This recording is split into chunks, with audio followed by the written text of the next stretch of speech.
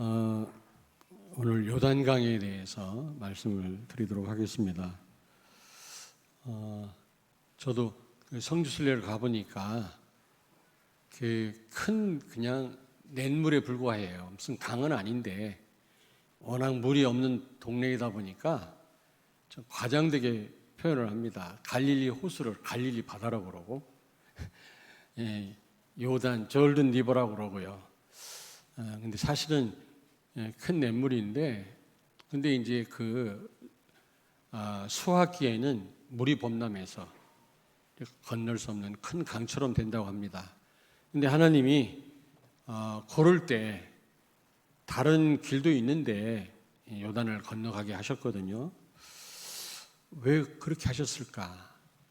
분명히 이유가 있습니다. 두 가지 이유가 있습니다. 첫째는 홍해 체험을 못한 후대를 위해서 하나님은 이 요단강을 건너가게 하신 거죠.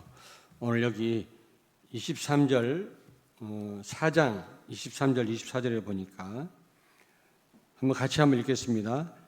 4장 23절 24절 너희의 하나님 여호와께서 요단물을 너희 앞에 마르게 하사 너희를 건너게 하신 것이 너희의 하나님 여호와께서 우리 앞에 홍해를 말리시고 우리를 건너게 하심과 같았나니 이는 땅의 모든 백성에게 여호와의 손이 강하신 것을 알게 하며 너희가 너희 하나님 여호와를 항상 경외하게 하려 하심이라 하라.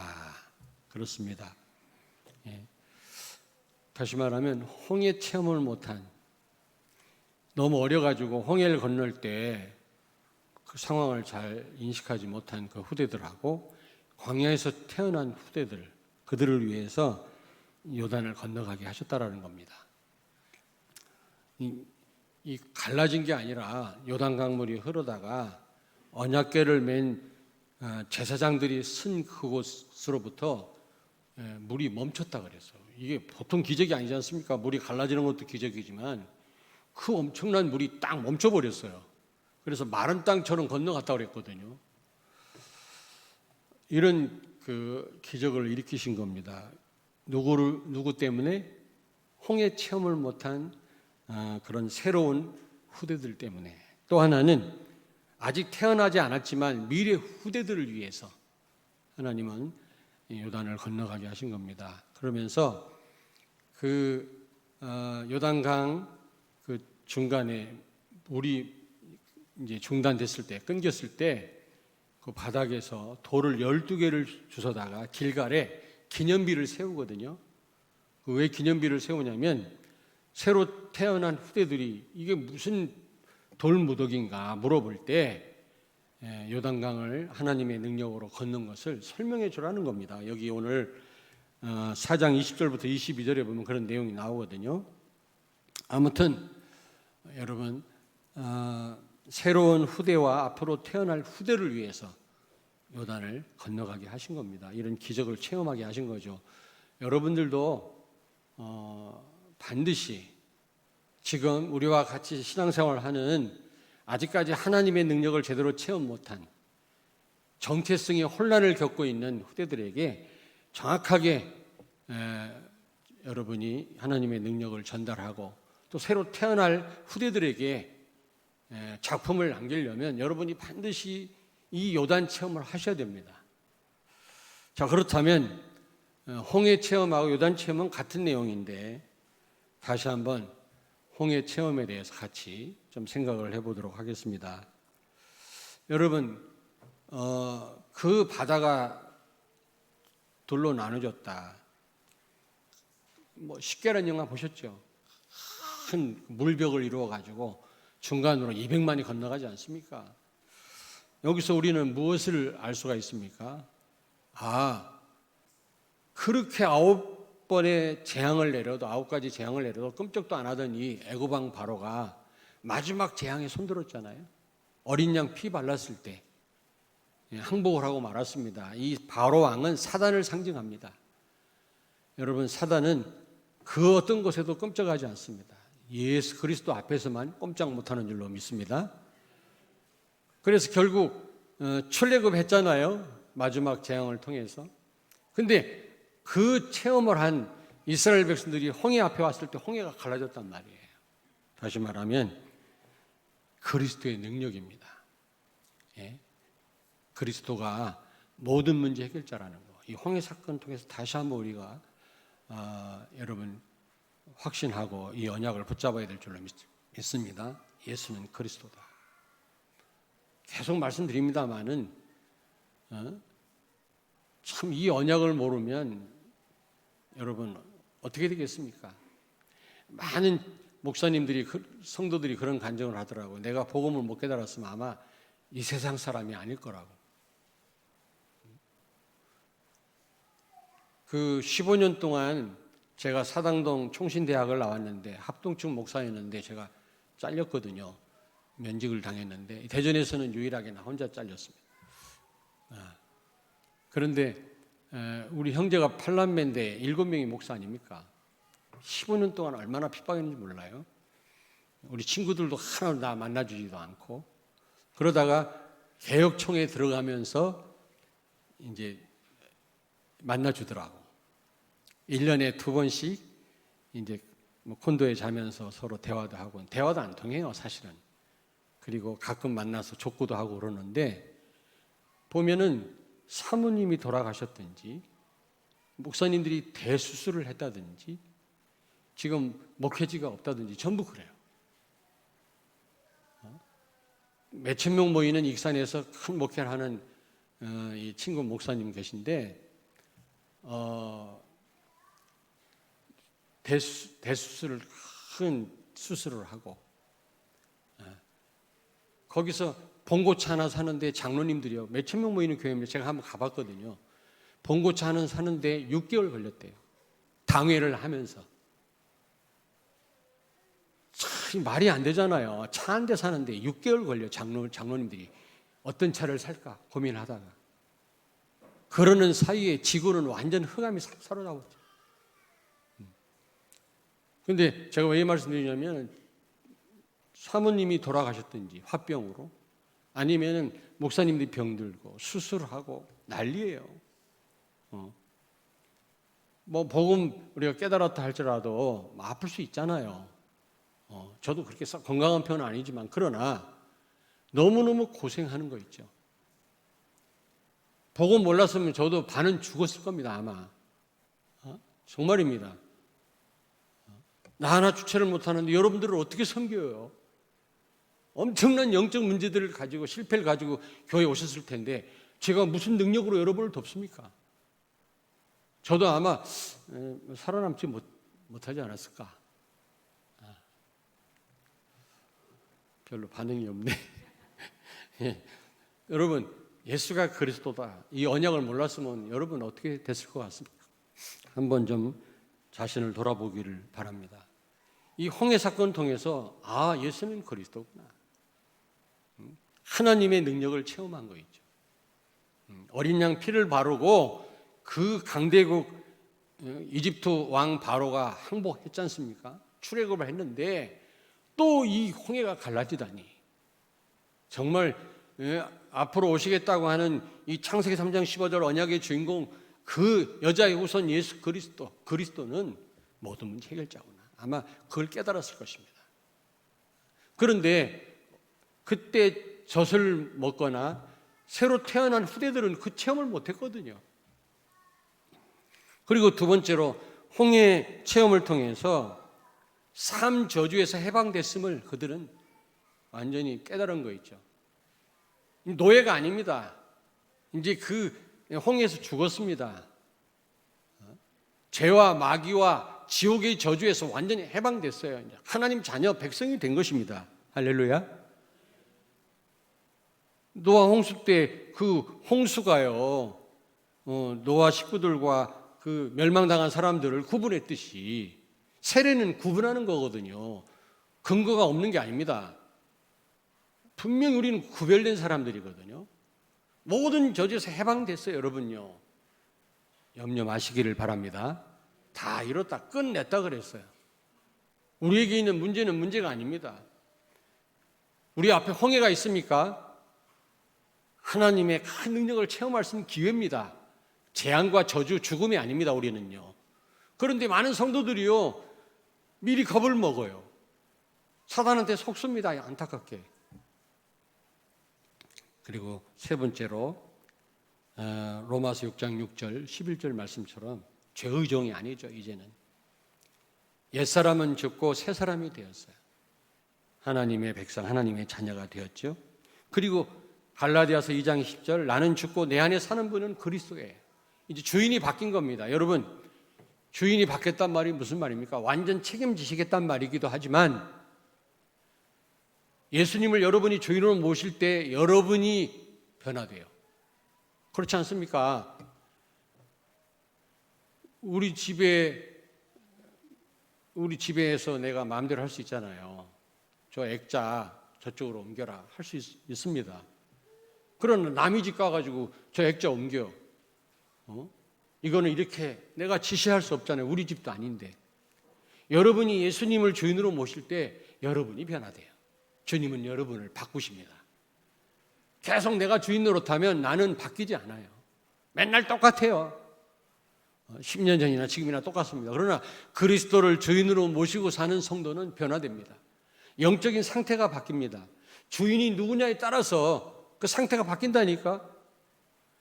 정말로 그리스도가 주인이라면 내 영적 상태가 최적의 상태로 바뀌어질 줄로 믿습니다. 그러면 여러분, 그렇게 우리가 기도 안 해도요, 하나님 응답하시고요. 기도하지 말란 말은 아니고 전도의 문이 열리지 않겠어요?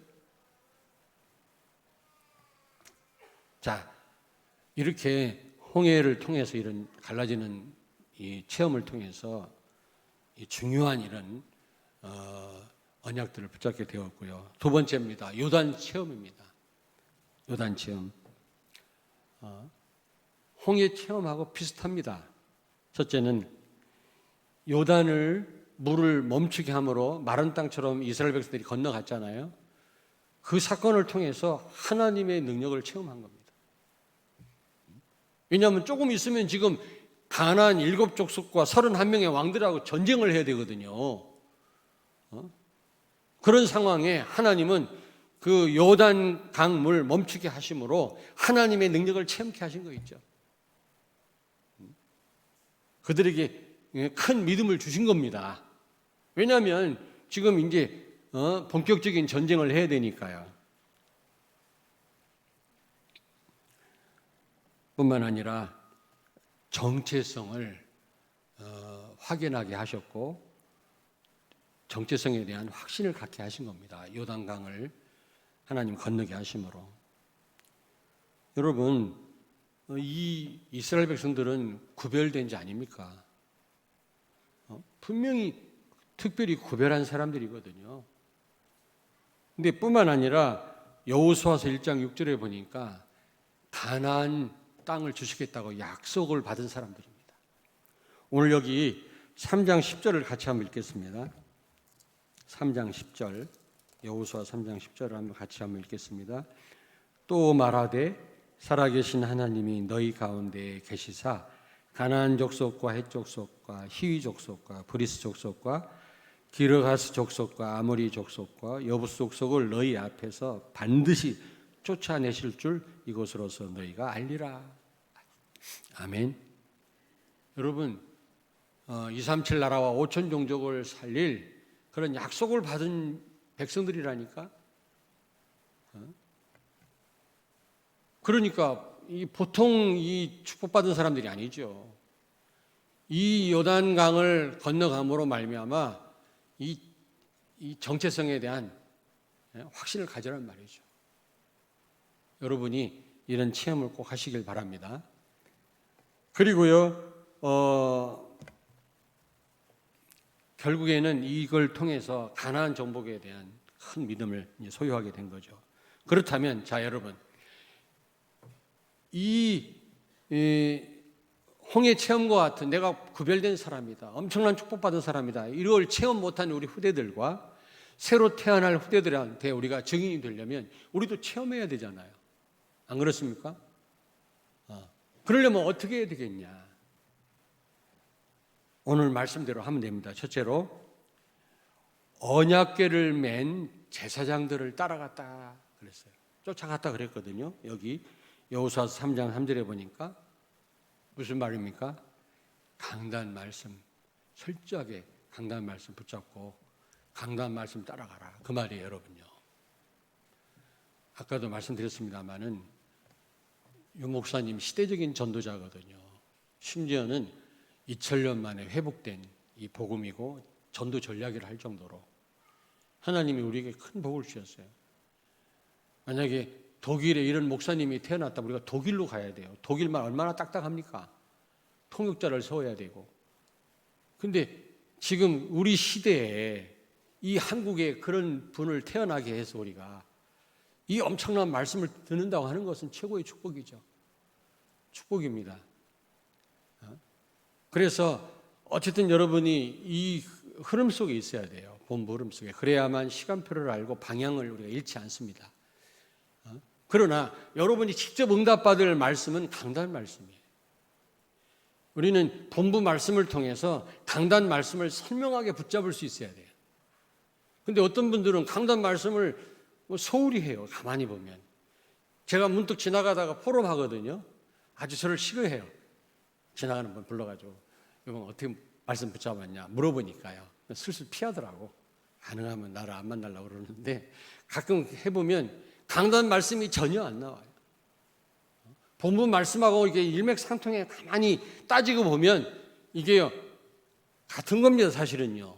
그러나 어쨌든 강단 말씀 가지고 포럼을 해야 되지 않겠습니까? 그런데 그렇게 하지 않는 성도들이 너무 많고요. 대전에도요, 교회 안 나가고 몇 명이 모여가지고 유 목사님 메시지만 듣는 사람들이 있어요. 전부 제자 아닙니다. 여러분, 교회는 누가 세웠습니까? 예수님이 세우지 않았습니까? 피로 값주고 세우신 교회, 유일한 예수님이 세운 기관인데 여기 모여서 같이 울고 같이 고생하고 같이 헌신하고 같이 기뻐하고 헌금하고 같이 우리가 말씀 듣고 협력하는 게 이게 하나님 원하시는 건데 헌금도 안 하고 모여가 자기들끼리 말이지 메시지 듣고 말이지 되게 잘난 것처럼 시대적인 전도자한테 말씀 듣는다 이런 분들이 있어요. 내가 볼 때는요 눈을 가만히 쳐다보면 제 정상이 아니에요. 눈이 그래놓고 막 제자라고 그러고 말이지 아니거든요. 저는요 제가 볼 때는요 하나님의 뜻이 그게 아닙니다. 유 목사님을 제가 존경하고 저는 죽을 때까지 유 목사님과 함께 세계복음하다 하나님 앞에 갈 건데 그렇다고 해서 여러분 유 목사님 혼자서 세계복음 못해요. 유 목사님 말씀 받고 같이 흐름을 타는 전 세계 교회들과 함께 세계복음하는 거지 유 목사님 혼자 못하는 겁니다. 교회가 아니면 그 지역을 못 살려요. 여러분요. 근데 많은 성도들이요 강단 말씀을 소홀히 해요. 제가 담임 목사라서 그런 게 아닙니다. 여러분 사는 길입니다. 제사장들이 맨 언약궤를 따라갔다 그 말은 강단 말씀 붙잡아라 그 말이에요. 근데 여기 보니까 2000규빗 거리를 두고 따라갔다 그랬거든요. 2000규빗은 미터법으로 환산하면 900m입니다. 900m. 한 1km가 좀 안 되지요. 멀리. 그 말은 강단하고 거리 멀리 앉으란 말이 아니에요. 저 뒤에 앉은 분들 그 말이 아닙니다. 조금 뒤에 앉은 분들은 좀 수상해요.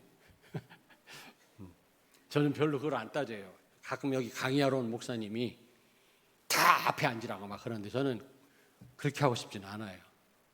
다 앞에 앉으시면은 지금 이 코로나 거리두기에도 안 맞고 또 하나는 몇 명 안 되는 것처럼 보여. 흩어져야 돼. 많이. 저는 뭐라고는 안 합니다만은 그러나 아무래도 뒤에 앉으면 소홀해져. 아무래도. 그래서 여기 2000규빗을 거리를 도란 말은 900m인데요. 강단과 멀어져도 괜찮다 이런 말이 아니라 하나님의 말씀으로 제대로 붙잡아라 그 말이에요. 하나님의 음성으로 들어라. 데살로니가 교회 교인들처럼. 부족한 제가 저를 통해서 하나님 말씀 전달하는 거지만 하나님이 말씀하시는 거거든요. 여러분들이 너무 귀한 하나님 백성이기 때문에 그래서 강단이 귀한 거고요. 목회자가 귀한 거지. 여러분 아니면 무슨 의미가 있습니까? 목회자가. 안 그래요? 어떤 목사님이 세계 비전교회처럼 건축도 하고 응답을 받아야 되겠다면서